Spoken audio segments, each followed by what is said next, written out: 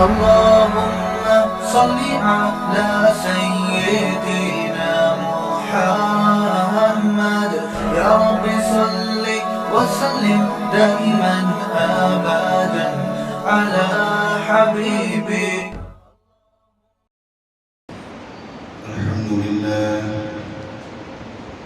الحمد لله نحمده ونستعينه ونستغفره ونؤمن به ونتوكل عليه ونعوذ بالله من شرور أنفسنا ومن سيئات أعمالنا ونعوذ بالله من شرور أنفسنا ومن سيئات أعمالنا ونعوذ بالله من شرور أنفسنا ومن سيئات أعمالنا من يهده الله فلا مضل له ومن يضلله فلا هادي له ونشهد أن لا إله إلا الله وحده لا شريك له ونشهد أن سيدنا وسندنا ومولانا محمدا عبده ورسوله صلى الله تعالى عليه وعلى آله وبارك وسلم تسليما كثيرا كثيرا. أما بعد فقد قال الله تبارك وتعالى في القرآن المجيد: أعوذ بالله من الشيطان الرجيم بسم الله الرحمن الرحيم. إن الذين آمنوا وعملوا الصالحات كانت لهم جنات الفردوس نزلا خالدين فيها لا يبغون عنها حولا. صدق الله مولانا العظيم وصدق رسوله النبي الكريم ونحن على ذلك من الشاهدين والشاكرين والحمد لله رب العالمين. بزرگان محترم حاضرین کرام، آج کا دن شعبان کی 15ویں تاریخ ہے. رات جو ہم نے گزاری وہ شب برات کی رات تھی. 15ویں شعبان کی جو رات ہے جسے مغفرت کی رات کہا جاتا ہے، جہنم سے گناہوں سے بری ہونے کی رات کہا جاتا ہے. سینکڑوں کی تعداد میں اللہ تبارک و تعالیٰ اس رات میں بندوں کی مغفرت فرماتے ہیں. یہ بڑی برکت والی رات، رحمتوں والی رات تھی جو ہم نے گزاری. نبی کریم صلی اللہ علیہ وآلہ وسلم نے ارشاد فرمایا: جب شعبان کی 15ویں تاریخ آئے تو اس رات جاگ کر عبادت کرو اور دن میں روزہ رکھو. تو ماشاءاللہ بہت سارے بندوں نے رات جاگ کر اللہ کی عبادتوں میں گزاری اور دن میں روزہ بھی رکھا. دعا ہے کہ اللہ پاک سب کی مغفرت فرمائے، اور جن بندوں نے روزے رکھے اللہ پاک ان کے روزوں کو قبول فرمائے. دراصل مغفرت کے وعدے، جنت کے وعدے اللہ تعالیٰ نے قرآن مجید میں اور نبی کریم صلی اللہ علیہ وآلہ وسلم نے جو ارشاد فرمائے، ان کا تعلق صرف کہنے سننے سے نہیں ہے، ان کا تعلق عمل سے. جب بندے کے اندر عمل ہوگا وہ ان وعدوں کا مستحق ہوگا. بندے کے اندر عمل نہیں ہوگا تو وہ وعدے کسی اور کے لیے ہیں، اس کے لیے نہیں ہے. تو کہہ رہا تھا کہ وعدوں کا تعلق جو اللہ تعالیٰ کبھی اپنے وعدے کے خلاف نہیں کرتے تو ان بندوں کے ساتھ ہے جو بندے عملی میدان میں اتر کر کام کرتے ہیں. صرف کہنے سننے سے کچھ نہیں ہوتا، کہنے سننے سے عمل کا داعیہ پیدا ہوتا ہے، اصل چیز تو عمل ہے۔ آپ نے گھنٹے بیان سنے، گھنٹے بیان کیے، لیکن عمل میں کچھ نہیں ہے تو کچھ بھی حاصل نہیں ہے۔ آپ نے کچھ نہیں سنا لیکن عمل کا داعیہ ہے، عمل کا جذبہ ہے، اخلاص کے ساتھ ہم نے تھوڑا بھی عمل کیا۔ اس امت کی خصوصیت ہی یہی ہے کہ اللہ نے اس امت کو اعمال تھوڑے دیے ہیں، اجر پورا دیا ہے۔ پچھلے جمعہ میں نے عرض کیا کہ اللہ نے 5 وقت کی نماز فرض کی، پورے 50 نمازوں کا ثواب دیا۔ 1 مہینے کے روزے فرض کیے، سال بھر روزہ رکھنے کا اجر دیا۔ تو اس امت کی خصوصیت ہے کہ عمل تھوڑا ہے، ثواب پورا ہے۔ اللہ نے خود قرآن مجید میں ارشاد فرمایا، میں تمہارے لیے عمل کے بدلے ڈبل کر کے دیتا ہوں۔ واللہ یضاعف لمن یشاء، اللہ تعالیٰ جسے چاہتے ہیں عمل کا بدلہ دگنا کر کے دیتے ہیں، ایک کا ڈبل ہے۔ اور پہلے سے اللہ نے قرآن مجید میں یہ وعدہ فرمایا کہ تم میں سے کوئی 1 نیکی لے کر آئے گا، ہم اسے 10 نیکی کے برابر اجر دیں گے، 10 نیکی کے برابر۔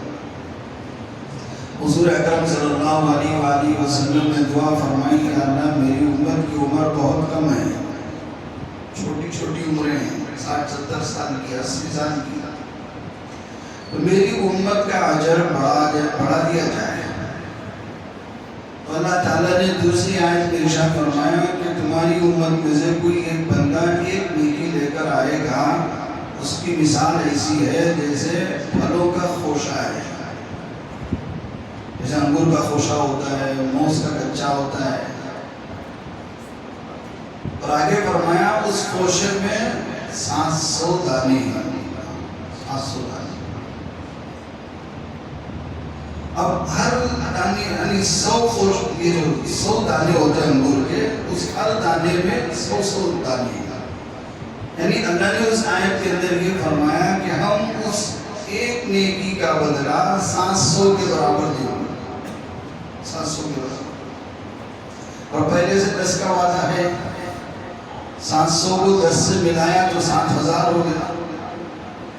اور یہ جو وعدے ہیں اللہ تعالیٰ نے کم سے کم کے وعدے ہیں، کم سے کم اتنا اجر ہم دیں گے، زیادہ کتنا دیں گے؟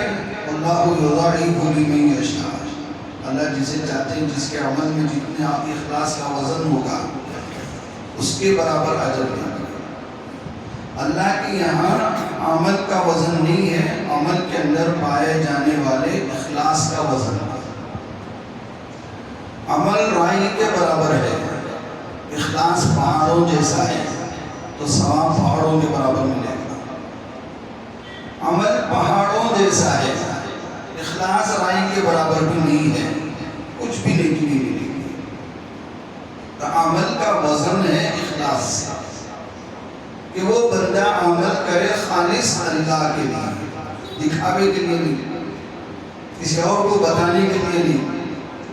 عمل چھوٹا ہو اللہ کے لیے ہو تو اس کا ثواب پہاڑوں جیسا، اور عمل پہاڑوں جیسا ہو اخلاص نہ ہو تو ثواب کچھ نہیں۔ تو زندگی میں کچھ بنتا ہے تو عمل سے بنتا ہے، زندگی میں کچھ بگڑتا ہے تو عمل سے بگڑتا ہے۔ سے کہا عمل سے بنتی ہے زندگی، جنت بھی جہنم بھی۔ ہماری زندگی کو جنت بنانا ہے کہ جہنم بنانا ہے، یہ ہمارا عمل بتائے گا، ہمارے کام بتائیں گے۔ ہم دن بھر کیا کرتے ہیں؟ دن بھر ہم اللہ کی راضی کرنے کے کام کرتے ہیں، نماز پڑھتے ہیں، تلاوت کرتے ہیں، روزے رکھتے ہیں، ذکر اذکار کرتے ہیں، ہمیشہ اللہ اللہ کرتے ہیں، تو یہ عمل ہماری زندگی کو جنت بنائے گا۔ دن بھر ہمارا کام ہی جھوٹ بولنا، دھوکہ دینا، سود کھانا، حرام کھانا، دوسروں کے حق دبانا، دوسروں کو گالی دینا، دوسروں کو ستانا، دوسروں کو پریشان کرنا، یہ عمل ہے تو زندگی جہنم بنی۔ زندگی کو جنت اور جہنم بنانا یہ ہمارا عمل طے کرتا ہے، ہمارے کام طے کرتے ہیں۔ بولنے سے کچھ نہیں ہوتا، بولنے والے ماشاءاللہ ایسے ہوتے ہیں، اتنا صاف بولتے ہیں، اتنا پاک بولتے ہیں، وقت کے ولی معلوم ہوتا ہے کیا بولے ہوئے، عمل کچھ نہیں۔ آج میرے بھائیوں بولنے والوں کی کمی نہیں ہے، بولنے والے اتنا بولتے ہیں ماشاءاللہ، خواجہ قطب الدین بختیار کاکی بول رہے ہیں، بولنے میں اتنے ماہر ہیں، لگتا ہے ماشاءاللہ شمس الدین التمش بول رہے ہیں، اور اللہ والی بات، بزرگانہ والی بات، تخبے والی بات ایسا بولتے ہیں جیسا خواجہ معین الدین چشتی بدن میں آ گئے ہیں، لیکن عمل کچھ جھوٹ، دھوکہ، فریب، دوسروں کا حق دبانا، دوسروں کا حق نگلنا، زندگی میں کچھ نہیں۔ تو میرے بھائیوں بولنے سے سننے سے کچھ نہیں ہوتا، صرف اتنا ہوتا ہے بولنے سے کہ عمل کا جذبہ پیدا ہوتا ہے، عمل کا شوق پیدا ہوتا ہے، اللہ کا خوف پیدا ہوتا ہے، ورنہ زندگی بنے گی عمل سے۔ ہم کتنے سال سے سنتے آ رہے ہیں کہ شب برات جہنم سے بری ہونے کی رات ہے، گناہوں سے بری ہونے کی رات ہے، بخشش کی رات ہے، مغفرت کی رات ہے۔ کوئی 30 سال سے سن رہا ہے، کوئی 40 سال سے سن رہا ہے، کوئی 50 سال سے سن رہا ہے، زندگی میں سنتا ہی آ رہا ہے، لیکن اسے معلوم ہے کہ اس کی رات کیسے گزری۔ واقعی وہ کام کیے جن سے اللہ خوش ہو کے معاف کر دے، یا وہ کام کیے کہ اللہ ناراض ہو کے معاف کرنے کے بجائے ڈبل گناہ ہو گیا، کیا کیا؟ تو بولنے سننے میں کوئی کمی نہیں ہے، زندگی تو تب بنے گی جب ہماری عملی زندگی بدلے گی، ہم اپنا عمل بدلیں، اپنا رویہ بدلیں، سننے سے کچھ نہیں ہوتا۔ ہمارا معمول ہو گیا ہر سال شب برات ہے، شب قدر ہے، ختم کی رات ہے، فلاں رات ہے، ایسا کرو نماز دیر رکھ دو، نماز دیر ہو گئی، معمول وقت سے تھوڑا 1-2 گھنٹہ ہم نے کیا کیا، دیر کر دیا، مجمع جمع کر دیا، اس کے بعد نماز ہوئی، گھنٹہ زوردار شعلہ بیان ہوا، مخرر شعلہ بیان نے وہ زوردار بیان، پھر اس کے بعد کیا ہوا، جیسی دعا ہوئی سب چلتے بنے، اور جو بچے وہ چائے پینے پلانے میں لگ گئے، اور جو نوجوان ہیں سب گھومنے پھرنے میں لگ گئے، تماشا ہر جگہ۔ جس جگہ کو اللہ نے، نبی نے عبرت کی جگہ بنائی تھی، اس جگہ کو ہم نے آج تماشے کی جگہ بنا دیا۔ اللہ کے نبی صلی اللہ علیہ وسلم نے فرمایا قبرستان جایا کرو، مردوں کو دفنایا کرو اپنے ہاتھوں سے، تاکہ تمہیں موت یاد آئے اور تم ان مردوں سے عبرت حاصل کرو۔ آج کا دور ایسا ہے ماشاءاللہ، ہمارا قبرستان اسٹیڈیم بنا ہوا ہے، کوئی ٹینس کھیل رہا ہے، کوئی کرکٹ کھیل رہا ہے، کوئی فٹ بال کھیل رہا ہے، ٹورنامنٹ چل رہا ہے قبرستانوں میں۔ جو جگہ عبرت کی تھی آج وہ جگہ کھیل کا ہو گئی، تماشا کا ہو گئی۔ قبرستانوں کو سجا دیا لائٹوں سے، رنگ برنگ کی لائٹ ہے قبرستانوں۔ قبرستان کے اندھیری کو دیکھ کر تو قبر کا اندھیرا یاد آتا، لیکن آج وہ قبرستان کچھ نہیں ہے، سب لائٹوں سے سجا ہوا ہے، ایسا لگ رہا ہے کسی میلے میں ہے۔ کس کا میلہ؟ مردوں کا میلہ۔ سب قبروں میں پریشان نہیں، یہ تماشا دیکھ کے جا رہا ہے، لائٹوں کو دیکھ کر۔ یہ آج کی ہماری حالت بتا رہا ہوں۔ قبروں میں جا کر، قبرستانوں میں جا کر اس کی اندھیری کو دیکھ کر، اس کی ویرانی کو دیکھ کر ڈر پیدا ہو، عبرت پیدا ہو کہ یہ وہی جگہ ہے جہاں مجھے اور آپ کو آنا ہے۔ لیکن آج وہ جگہ عبرت کا نہیں ہے، تماشا کا ہے۔ میرے بھائیو زندگی بدلے گی نہیں ایسی، زندگی کب بدلے گی جب جو چیز جس مقصد کے لیے ہے اس مقصد کے لیے استعمال کرو، اس مقصد میں لاؤ، ہماری زندگی بدلے گی۔ مقصد بدل گیا تو نتیجہ صحیح نہیں ہوگا، زندگی کبھی نہیں بدلے گی۔ تو اللہ تبارک و تعالیٰ کے وعدے بے شک سچے ہیں. اللہ نے فرمایا مغفرت کر دوں گا تو ضرور کریں گے. اللہ نے کہا روزی دوں گا تو ضرور دیں گے. اللہ نے کہا پریشانی دور کروں گا تو ضرور کریں گے. لیکن میرا فرض بنتا ہے کہ میں وہ کام کروں جس سے میرا مالک خوش ہو اور مجھے معاف کر دے. میں وہ کروں جس سے میرا مالک خوش ہو، میری روزی لکھ دے. میں وہ کام کروں جس سے میرا پیدا کرنے والا راضی ہو جائے اور میری پریشانی دور کر دے.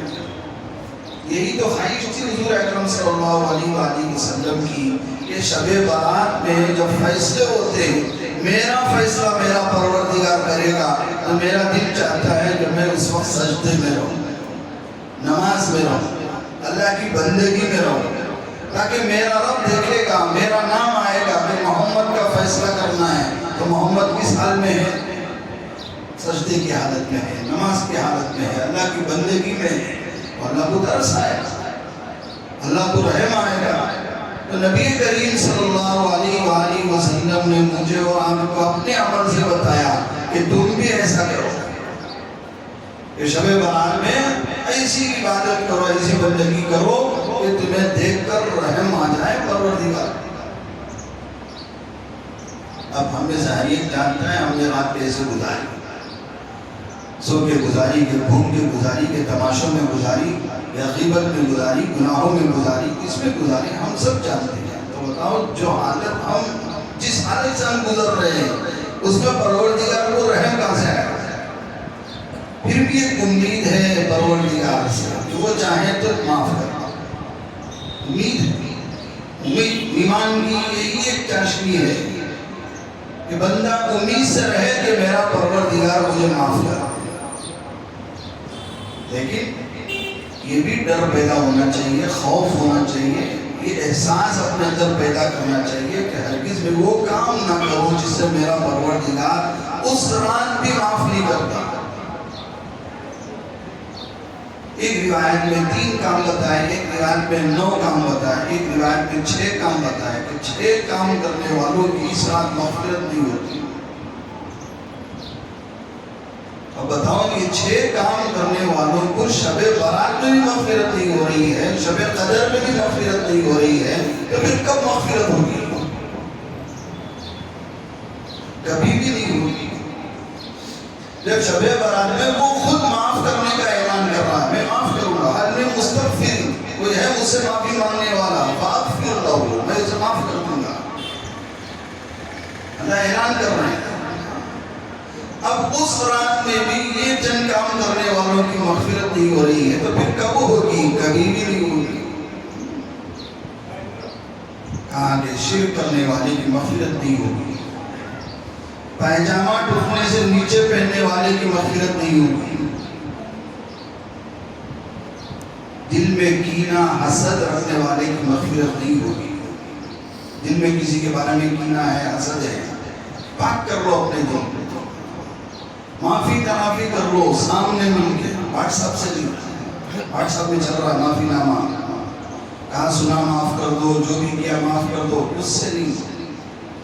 سامنے ملو، اپنی غلطی کا اظہار، اعتراف کرو، اپنی شرمندگی کا اظہار کرو، اس سے معافی مانگو، پھر وہ معاف کر دے گا تو دل کا کینہ ختم. یا کسی کے بارے میں آپ کے اندر یہ چیز ہے تو اسے معاف کر کے کینہ ختم کرو. ایک اور رات ہے، اگر کینہ سینے میں ہے، دل میں ہے تو اس کی بھی یہ رات مغفرت نہیں ہوتی. ماں باپ کی نافرمانی کرنے والے کی اس رات میں مغفرت نہیں ہوتی. جو ماں باپ کے نافرمان ہیں اللہ تعالیٰ ان کی شب برات، شب قدر میں بھی مغفرت نہیں کرتے. ایسے ایسے کام ہیں جو ہماری زندگی میں پائے جاتے ہیں، اگر تو ہماری مغفرت نہیں ہوتی. تو بڑی محرومی کی بات، بڑی بدنصیبی کی بات، بدقسمتی ہے کہ ان بندوں کی ان راتوں میں بھی مغفرت نہیں ہو رہی ہے. اللہ تعالیٰ ہمیں ان بندوں میں ہونے سے حفاظت فرمائے اور ہماری مغفرت کے فیصلے فرمائے. تو میں عرض کر رہا تھا کہ یہ جو کچھ بھی اللہ کے وعدے ہیں ان کا تعلق ہمارے عمل سے. عمل کرو اللہ کے وعدے پاؤ، عمل نہیں ہوگا تو وعدوں کے مستحق نہیں ہوں گے۔ اکثر ہم یہ سمجھتے ہیں کہ ہم نے اللہ سے دعا کی، اللہ نے دعا قبول نہیں کی، ہم نے نماز پڑھی، اللہ نے قبول نہیں کیا، ہم نے یہ کیا وہ کیا، جو کہا تھا سب کیا، لیکن اللہ نے قبول نہیں کیا۔ یہ بات نہیں ہے۔ بندہ عمل کرتا ہے، اللہ ضرور قبول کرتے ہیں۔ اللہ تبارک و تعالی کسی بھی بندے کی دعا کو رد نہیں کرتے، کسی بھی دعا کو، سوائے اس کے جو اس کے پیٹ میں حرام کرنے والا نہ ہو۔ اگر بندہ حلال کھاتا ہے، حلال کماتا ہے، اللہ اس کی دعا رد نہیں کرتی۔ اگر پیٹ حرام نوالے سے پل رہا ہے، اللہ تعالیٰ اس کی دعا نہیں سنتے۔ حرام نوالوں سے اپنے آپ کو بچاؤ، پھر اللہ سے دعا کرو، کوئی دعا رد نہیں ہوتی۔ دعا کی اتنی بڑی طاقت ہے، نبی کریم صلی اللہ علیہ وآلہ وسلم نے فرمایا تقدیر میں لکھا ہوا لکھا جا چکا ہے، وہ بدلے گا نہیں۔ تقدیر سے لکھ دیا تو لکھ دیا۔ ہاں دعا ایک چیز ہے، وہ چاہے تو تقدیر بدل سکتی ہے، دعا کے اندر وہ طاقت ہے۔ اللہ کے نبی صلی اللہ علیہ وآلہ وسلم نے فرمایا اللہ سے دعا یقین کے ساتھ کرو، شک کے ساتھ۔ شک نہیں ہونا چاہیے دعا میں، یقین کہ ضرور اللہ دے گا، ضرور میری دعا اللہ قبول کرے گا، اس یقین کے ساتھ دعا کرو۔ میں نے پچھلے جمعہ کیا تھا، زکریا علیہ السلام 100 سال کی عمر میں اللہ سے دعا کر رہے ہیں، یا اللہ میرے گھر میں کوئی وارث نہیں ہے، میں نبی ہوں، مجھے ڈر ہے کہ میرے بعد یہ دین مجھ سے ختم ہو جائے گا، اس لیے مجھے وارث چاہیے، مجھے ایک بیٹا دے گا۔ کتنے یقین کے ساتھ مانگا، جب انہوں نے مریم کے کمرے میں بے موسم پھلوں کو دیکھا تو مریم سے پوچھا انا لکی ھذا، اے مریم یہ پھل تمہیں کہاں سے مل رہا ہے، کون لا کے دے رہا ہے؟ تو مریم علیہ السلام نے جواب دیا تھا قالت ہوا من عند اللہ، یہ سب اللہ کھلاتے ہیں اپنے خزانے سے، اللہ کھلاتے ہیں۔ اللہ قرآن میں فرما رہے ہنالک دعا زکریا ربہ، جب معلوم ہوا کہ مریم کو اللہ بے موسم پھل کھلا سکتے ہیں تو میری اس پیرانہ سالی میں، بڑھاپے میں وہ بیٹا دے سکتا ہے، یقین کے ساتھ مانگا۔ اللہ نے سورہ مریم کے اندر پہلی آیت زکریا کا تذکرہ کیا کہ جب زکریا نے اپنے رب کو چپکے سے پکارا، اذ نادا ربہ نداء خفیا، رات کی تنہائیوں میں اکیلے میں جب زکریا نے اپنے رب کو پکارا، کہا کہ میرے پروردگار مجھے ایک بیٹا دے گا، رب ہب لی من لدنک ولیا، اے اللہ مجھے ایک وارث دے دے، ایک بیٹا دے دے جو میرے اور میرے باپ دادا یعقوب اسحاق ابراہیم کے دین کا وارث بنے۔ تو اللہ تبارک و تعالیٰ نے زکریا علیہ السلام کی دعا قبول فرمائی اور اسے بیٹا عطا فرمایا۔ ہاں یا زکریا انا نبشرک بغلام اسمہ یحییٰ لم نجعل لہ من قبل سمیا، اے زکریا ہم آپ کو ایک بیٹے کی خوشخبری سناتے ہیں، اس کا نام بھی بتاتے ہیں، اس کا نام یحییٰ ہے، اور اس سے پہلے اب تک کسی نے اپنے بیٹے کا نام یحییٰ نہیں رکھا، ہم نے وہ یحییٰ چن کے تمہارے بیٹے کو دیا ہے۔ اللہ قرآن میں یہ ارشاد فرما ہے کہ تم نے یہ مانگا، ہم نے کتنا دیا تھا، تم نے صرف بیٹا مانگا تھا، ہم نے بیٹا بھی دیا اور بیٹے کا نام بھی دیا، اور اس بیٹے کو ہم نے نبی بھی بنایا ماں کی گود میں۔ ابھی وہ بچہ ماں کے پیٹ میں ہے، ہم نے اعلان کر دیا کہ یحییٰ نبی ہے۔ وَآتَيْنَاهُ الْحُكْمَ صَبِيًّا، بچپن میں بچے ہونے کی حالت میں ہم نے ان کو نبی بنایا۔ یہ یقین اللہ سے شب برات ہو یا اور کوئی رات ہو یا دن ہو، جب بھی اللہ سے مانگا کرو تو یقین کے ساتھ مانگا کرو، شک کے ساتھ۔ ہمیں کیا کریں؟ شک سے دعا کرو۔ دیتا کیا دیکھیں گے. حضرت کیا بول رہی مانگنا کہتے اللہ سے مانگنا کہتے مانگو. یقین نہیں ہے شک دیتا کیا دیکھیں گے. امتحان لے رہے اللہ کا جو امتحان لے رہے دیتا یہ تو شک لوگ کرتا ہے دیتا کہ نہیں دے گا. وہ دینے والا ہے داتا ہے بادشاہ ہے سب کو دے رہا ہے. مجھے کیوں نہیں دے گا دے گا. ہاں اتنا ہو سکتا ہے کہ جو چیز تم مانگ رہے ہو وہ تمہارے لیے انجام کے اعتبار سے ٹھیک نہ ہو. جیسے بچے نے کھیلنے کے لیے چھری مانگ لی. بچے کو تو کھیلنے کے لیے کھلونا چاہیے. اب اسے یہ نہیں معلوم کہ میں یہ جو چھری مانگ رہا ہوں یہ کھیلنے کی چیز ہے یا نقصان کی چیز ہے. اب بتاؤ بچہ کھیلنے کے لیے رو رہا ہے ضد کر رہا ہے چھری مانگ رہا ہے چاقو مانگ رہا ہے اور وہ ماں نہیں دے رہی ہے. اب بتاؤ یہ ماں اس بچے کی دشمن ہے کہ خیر خواہ ہے؟ وہ ماں اس بچے کی خیر خواہ ہے. وہ کبھی بھی بچے کے ہاتھ میں چھری نہیں دے رہی. بچہ سمجھ رہا ہے کہ ماں مجھے کھلونا نہیں دے رہی ہے اور ماں سمجھ رہی ہے کہ بیٹے یہ تمہارے لیے کھلونا نہیں ہے یہ تمہاری جان کا خطرہ ہے. اسی طرح میرے بھائیوں بہت ساری چیزیں ہم اللہ سے وہ مانگتے ہیں جو ہماری جان کا خطرہ ہے اور اللہ کو معلوم ہے کہ یہ تمہیں نہیں دینا چاہیے تو اللہ نہیں دیتے. اس کے بدلے میں کوئی اور چیز دیتے ہیں. تو اللہ تبارک و تعالیٰ وعدہ فرما رہے ہیں ہم کسی بندے کی نہ نیکی ضائع کرتے ہیں نہ دعا ضائع کرتے ہیں. ہم نیکی بھی محفوظ رکھتے ہیں اور دعا بھی محفوظ رکھتے ہیں.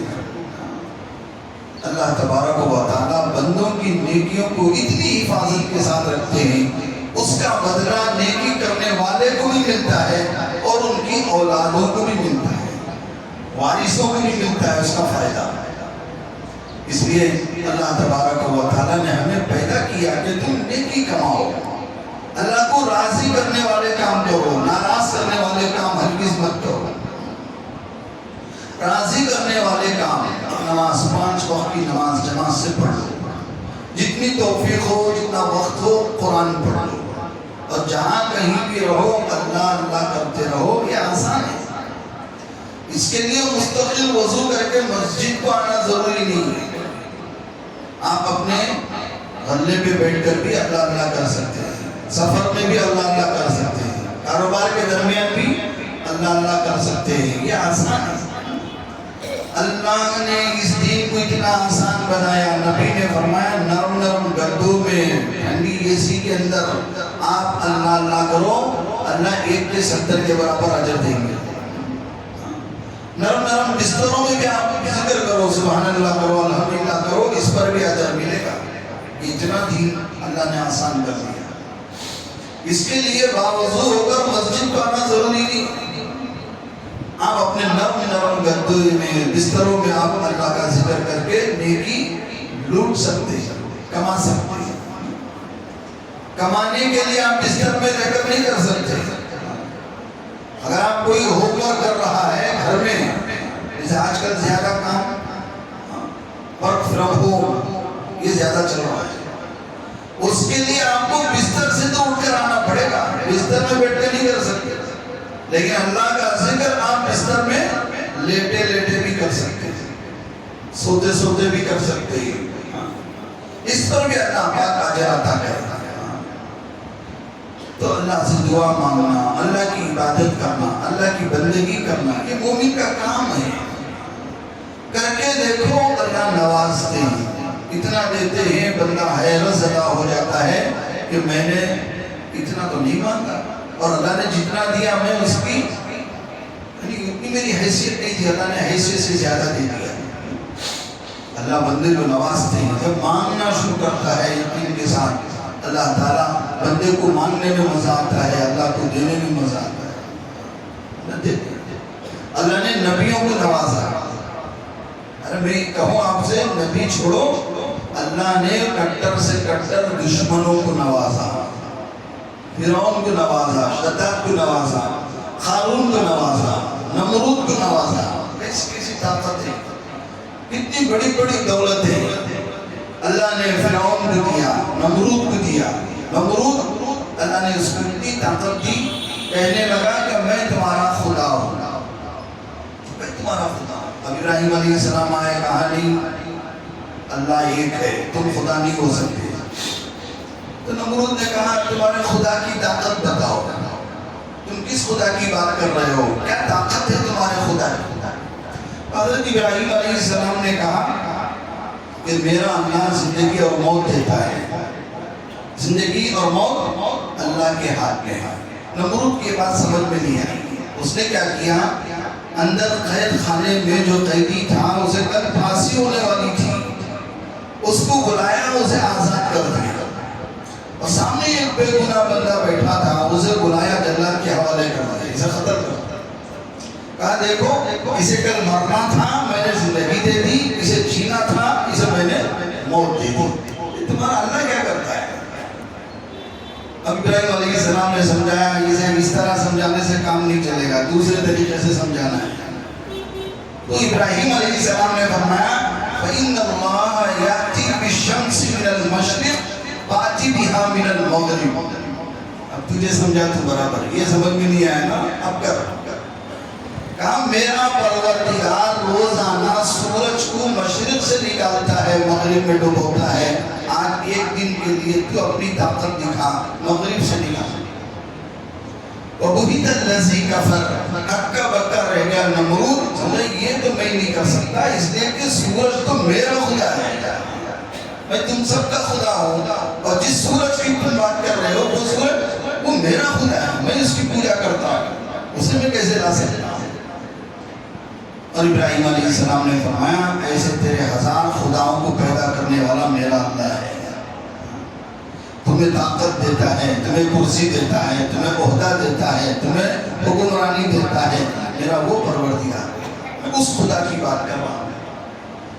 تو نمرود غصے میں آ گیا، حسد میں آ گیا، کینہ پیدا ہو گیا، اور اس نے کہا لوگوں سے ابراہیم کو ابھی ختم کر دو، آگ میں ڈال دو، آگ میں ڈالنے کا حکم کر دیا۔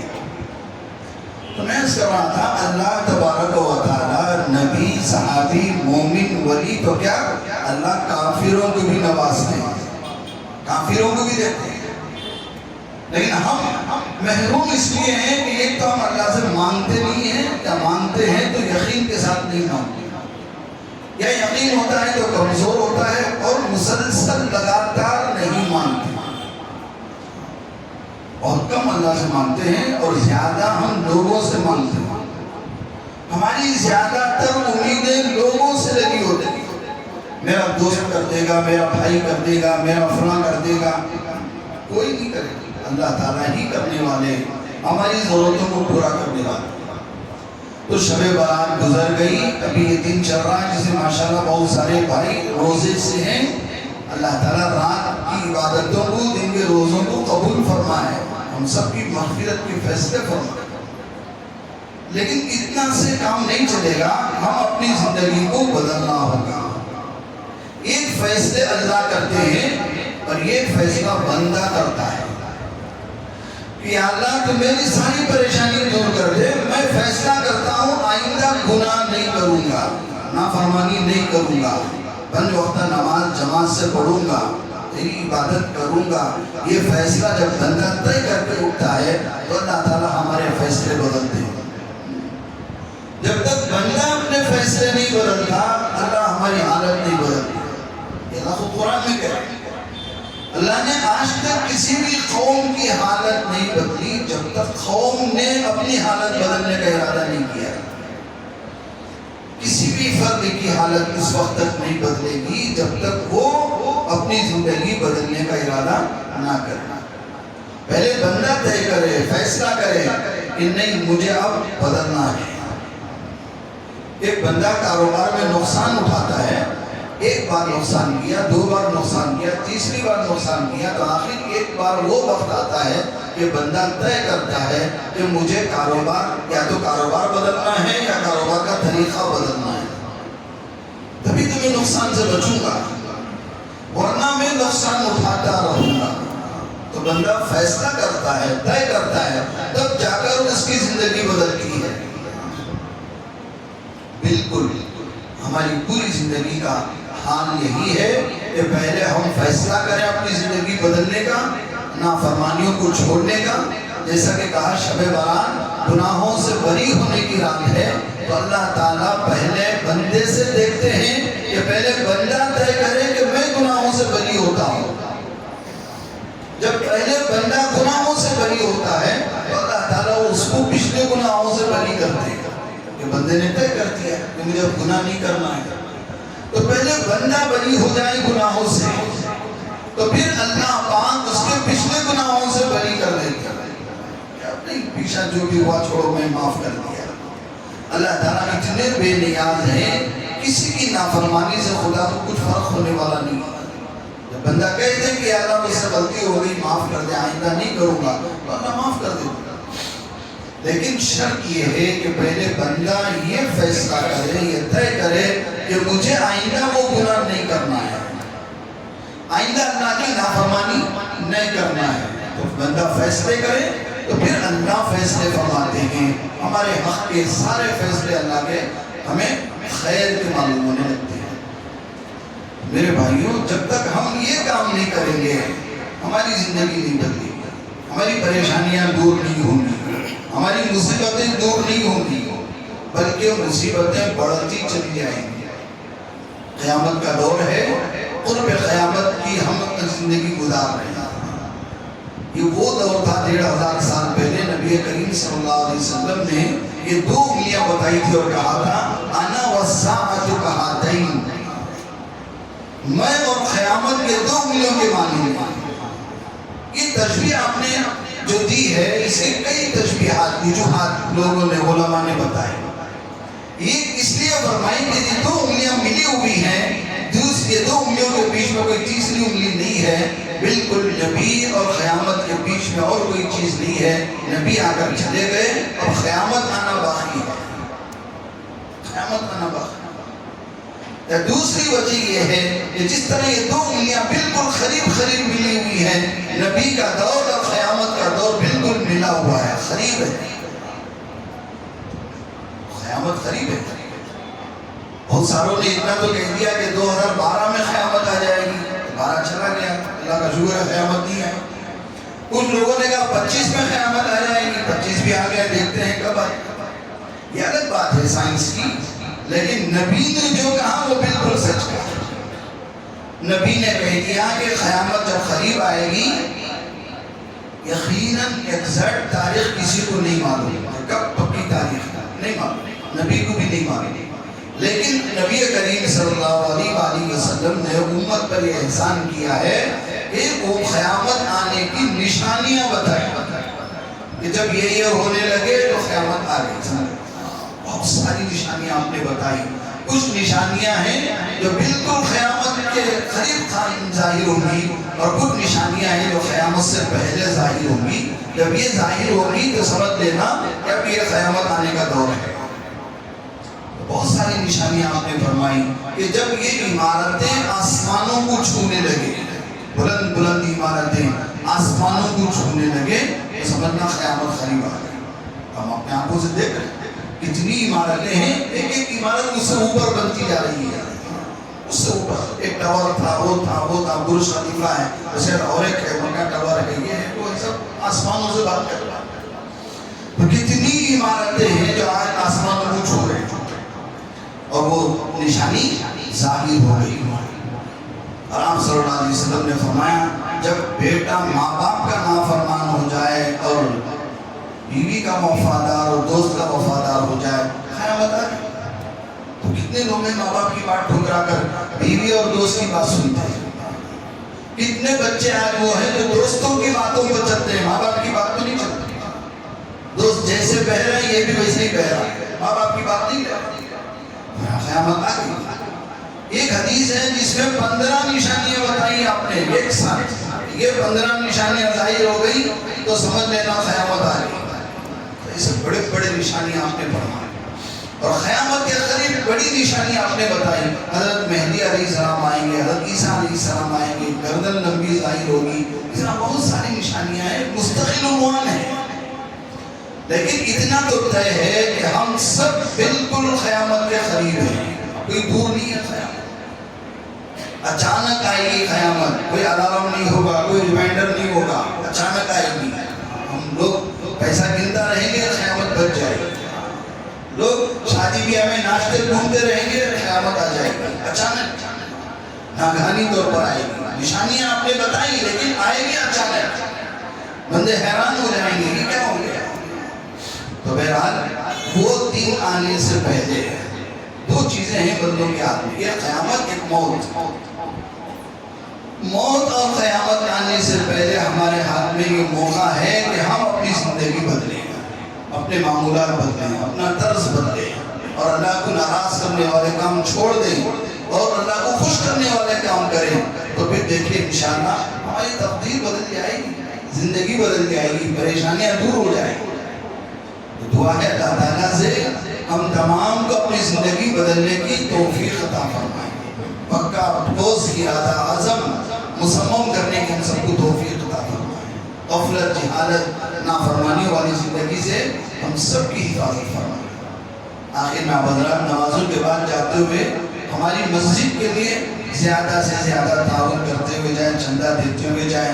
اب تک آپ نے جو بھی دیا اللہ تعالیٰ اسے بے حد قبول فرمائے، اس کا بے انتہا اجر عطا فرمائے. کاروبار میں خوب ترقیات سے نوازے. جو بھی آپ کی پریشانیاں، مصیبتیں یا قرضوں کا بوجھ ہے اللہ اپنے خزانے سے پورا کرے. ہر دکھ اور ہر غم اللہ پاک دور کرے. گزارش یہ ہے کہ ہماری مسجد کی جو ہے پینٹنگ کا کام ہونے والا ہے، تقریباً 70-80 ہزار کا تخمینہ اندازاً رقم مطلوب ہے، ضرورت ہے. تو کوئی احباب ایسے مخلص ہو جو اپنی طرف سے پینٹ دلا سکتے ہو یا اور کچھ بھی دے سکتے ہو، رقم لکھا سکتے ہو، تو اپنے ذمہ داروں سے رابطہ کریں، ملاقات کریں اور اپنی طرف سے دکھائیں. مسجد کو جو ہے یہ رنگین کرنا ہے، پینٹ وغیرہ کا کام ہے، اس میں بڑھ چڑھ کر زیادہ سے زیادہ حصہ لیں. اللہ تعالیٰ سے دعا ہے کہ اللہ پاک آپ تمام کو حوصلہ اور ہمت عطا فرمائیں، اور اس کے لیے جو اسباب چاہیے تو سارے اسباب و وسائل نصیب فرمائیں، اور ہر خیر کے کاموں میں آگے بڑھ چڑھ کر حصہ لینے کی توفیق عطا فرمائے. وآخر دعوانا ان الحمد للہ رب العالمین.